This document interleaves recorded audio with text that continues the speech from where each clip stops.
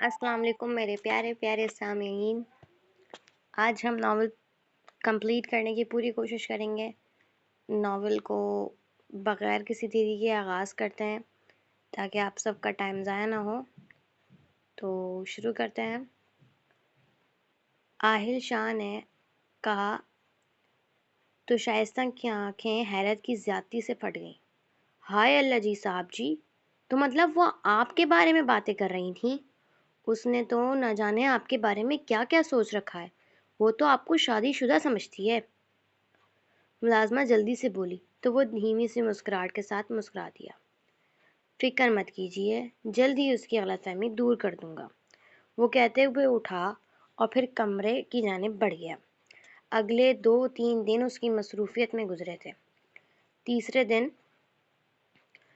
وہ شائستہ کو لے کر ابیہ کا ہاتھ مانگنے اس کے گھر جانے والا تھا. ابیہ ان تینوں دنوں میں طلحہ کو بہت یاد کر رہی تھی. کئی بار دل چاہا کہ ایک بار فون کر کے اس کے بارے میں پوچھ لے، مگر انا آڑے آ رہی تھی اور اسے پتہ نہیں کیوں غصہ بھی تھا اور افسوس بھی ہو رہا تھا کہ رشتہ ٹھکرا کیوں دیا، اور اسے کہیں نہ کہیں یہ امید بھی تھی کہ وہ اسے منانے کے لیے فون ضرور کرے گا. مگر اس دن سے اس کو فون ہی نہیں آیا تھا، اس لیے وہ سخت جھنجھلاہٹ کا شکار تھی. آج وہ جب صفائی کر کے نیچے اتری تو چاچی اپنی بیٹیوں کے ساتھ شاپنگ کر کے آئی تھیں. ارے تم آج بھی جاب پہ نہیں گئی؟ چاچی نے پوچھا. میں نے جاب چھوڑ دی چاچی. میں نے سوچا کہ اب میری شادی ہو جانی ہے تو مجھے اس کی کیا ضرورت ہے. وہ اطمینان سے بولتی وہاں تختے پر بیٹھ گئی. چاچی نے واویلا شروع کر دیا. اس کی ماں یہ سب سنتے ہانپتی کانپتی نیچے آئی تھی. کیا ہوا سلمہ؟ ربیہ بیگم نے پریشانی سے پوچھا. ارے بھابھی بیگم، آپ کی بیٹی سے رشتہ اس لیے میں نے طے کیا تھا کہ یہ اچھا خاصا کماتی ہے تو چلو جہیز نہیں لائے گی تو کم سے کم کمائی تو ہوگی جس سے میرا گھر اچھے سے چل سکے گا. مگر یہ تو نوکری چھوڑ کر بیٹھ گئی ہے. بس میری طرف سے تو نہ ہی سمجھیے اب. ارے بنا جہیز کے کوئی لڑکی نہیں لیتا، اور شکل و صورت چاہے جتنی مرضی اچھی ہو. لوگ آج پیسہ دیکھتے ہیں کیونکہ شکل و صورت کو تو پیسے کے ساتھ بھی سنوار سکتے ہیں.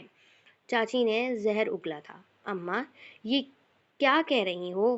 ریحان پاس آ کر منمنایا. میں نے بول دیا ہے تو بس بول دیا ہے، شادی بالکل نہیں ہوگی. اب اگر یہ نوکری کرتی ہے تو ٹھیک، ورنہ میری طرف سے نہ ہے. چاچی نے کہا. بھیا پلیز انہیں بولو نا کہ تم نوکری کرو گی، میں گارنٹی دیتا ہوں. اماں یہ نوکری کرو گی نا؟ ریحان نے امید بھرے لہجے میں پوچھا. نہیں کروں گی، اور ویسے بھی میں تو خود یہی چاہتی ہوں کہ رشتہ ابھی ختم ہو جائے. تم جو اپنی نام نہاد محبت کا راگ لاپتے ہو، اس محبت کے خاطر اپنی ماں سے مقدمہ نہیں لڑ سکتے. تم میرے لیے کیا سٹینڈ لوگے؟ وہ سپاٹ لہجے میں بولتی اٹھ کھڑی ہوئی. ہائے ہائے کتنی لمبی زبان ہے. نہیں تو سمجھتی کیا ہے خود کو؟ تیرے لیے کوئی شہزادہ آئے گا جو آ کر بنا جہیز کے تجھے بیاہ کر لے جائے گا. تو ایسا کچھ نہیں ہوگا. اگر کوئی لے کے بھی جائے گا تو نہ تو کوئی فقیر ہی تمہارے در پر آئے گا. میں تو کہتی ہوں بھابھی جمعرات کی جمعرات جو فقیر آتا ہے نا، اس کے ساتھ اپنی بیٹی کو بیاہ دینا. چاچی نے زہر اگلا اور ربیہ بیگم کی آنکھیں نم ہونے لگیں. اور اگر کوئی رئیس آ جائے تو؟ اس سے پہلے کہ وہ جواب دیتی کہ پیچھے سے آہل شاہ کی آواز سنائی دی. وہ ایک جھٹکے سے مڑی تو وہ مسکراتا ہوا اس کی جانب دیکھ رہا تھا. طلحہ کو اس نے گود میں اٹھا رکھا تھا اور طلحہ اسے دیکھتے ہی اپنے بازو پھیلا کر ہنسنے لگا. وہ جلدی سے اس کی طرف لپکی اور اسے گود میں اٹھا کر چٹا چٹ چوم لیا. وہ مسکراتے ہوئے ربیہ بیگم کے پاس آیا. میرا نام آہل شاہ ہے اور آپ کی بیٹی میرے بیٹے کی آئمن میرے بھتیجے کی آیا رہ چکی ہیں، اور میں آہل شاہ بالکل کنوارا آپ کی بیٹی سے شادی کرنا چاہتا ہوں. آخری بات وہ ابیہ کی طرف دیکھتے ہوئے مسکرا کر بولا، جو کہ اس کے بھتیجے بولنے پر منہ کھولے بے یقینی سے اسے دیکھ رہی تھی. چاچی اور اس کی بیٹیاں حسد و جلن سے جیسے مر جانے کے قریب تھیں. آنٹی جی آپ کی پورشن میں چل کر بات کریں، آہل شاہ نے کہا، اور پھر خود ہی سیڑھیوں کی جانب بڑھ گیا اور سب لوگ اوپر آئے. اور ربیہ بیگم کا تو گھبراہٹ کے مارے برا حال تھا. وہ جلدی سے کرسی پاس لے کر آئیں اور آہل شاہ کے پاس پنکھا آن کر دیا. آنٹی جی آپ پریشان نہ ہوئیے، یہاں بیٹھ کر رسم کر لیجیے. اور مجھے بتائیے کہ اپنی بارات لے کر کس دن آؤں؟ وہ جلدی سے بولا اور پھر اٹھ کر کندھوں سے تھام کر ربیہ بیگم کو کرسی پہ بٹھا دیا۔ ابیہ تو چپ چاپ طلحہ کے ساتھ کھیل رہی تھی۔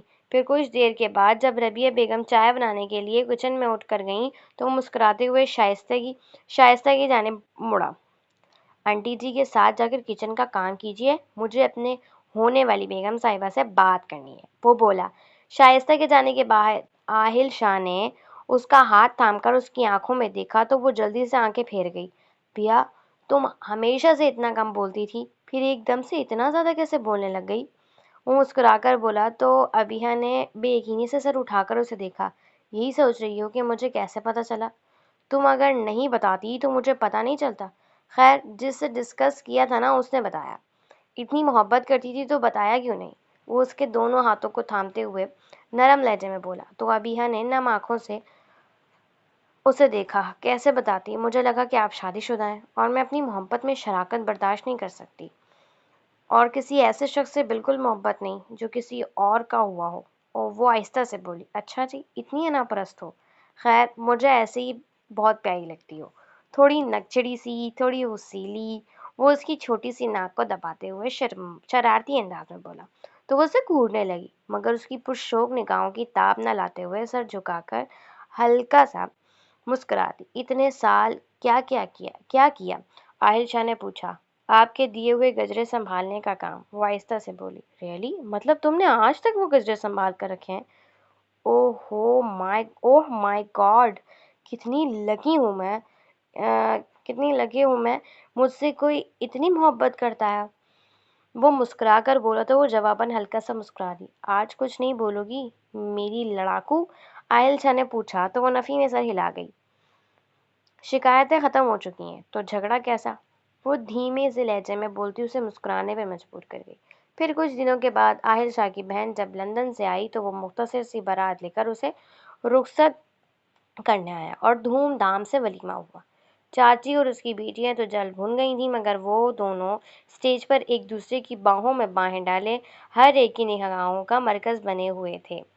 ربیہ بیگم کی تو آنکھیں تشکر سے بھیگی ہوئی تھیں اور وہ ان دونوں کے اچھے نصیب کی دعائیں مانگ رہی تھیں، اور ربیہ کو اپنے فلیٹ پر منتقل ہونے کو کہا۔ انہوں نے اس بات کے لیے کافی منع کیا، مگر آہل شاہ بھی ڈٹ چکا تھا اور انہیں منا کر ہی دم دیا تھا۔ آہل شاہ نے ربیہ کے میٹرک کے رزلٹ کے بعد اسے کمپیوٹر کلاسز دلوا کر اپنی پریزنٹیشن اور چھوٹی موٹی میلز کرنے کے لیے اپنے ہی آفس میں پارٹ ٹائم جاب پر رکھ لیا، تاکہ ان لوگوں کی عزت نفس کبھی مجروح نہ ہو اور وہ اپنا بوجھ خود اٹھا سکیں۔ اور وہ خود چاہتا تھا کہ ربیہ اپنے بل بوتے پر کچھ بنے، ایسا کچھ بنے کہ لوگ اس پر رشک کریں۔ اور ابیہ جانتی تھی کہ ایک دن ایسا ضرور آئے گا، ایسا کچھ بنے کہ لوگ اس پر رشک کریں، اور ابیہ جانتی تھی کہ ایک دن ایسا ضرور آئے گا۔ ختم شد۔ اس ناول کو ہم نے کمپلیٹ کر لیا ہے، تو انشاءاللہ ایک نئی ناول کے ساتھ ہم ضرور حاضر ہوں گے جو اس سے زیادہ انٹرسٹنگ ہوگی۔ اور انشاءاللہ اب میں حویلی بیسٹ ناول جو ہوگی، ہماری جو زیادہ جس میں کپلز ہوں، اس ناول کا آغاز کریں گے، تھوڑی سسپینس، تھوڑی فنی۔ تو انشاءاللہ اگر آپ کو یہ ناول اچھی لگی، میری آواز اچھی لگی، میرا انداز اچھا لگا، یا کوئی بھی چیز اچھی لگی تو کمنٹ میں ضرور بتائیں، اور لائک اور سبسکرائب کرنا نہ بھولیے۔ جزاک اللہ، تھینک یو سو مچ، خدا حافظ۔